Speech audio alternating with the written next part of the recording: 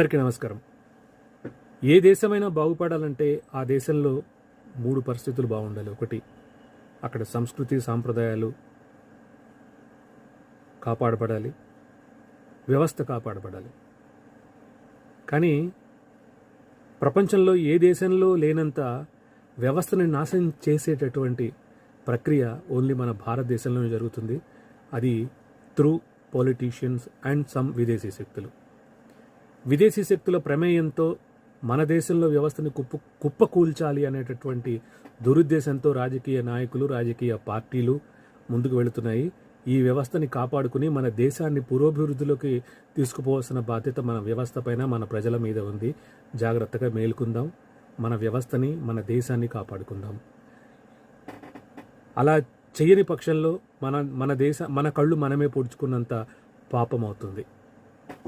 Jai Hind.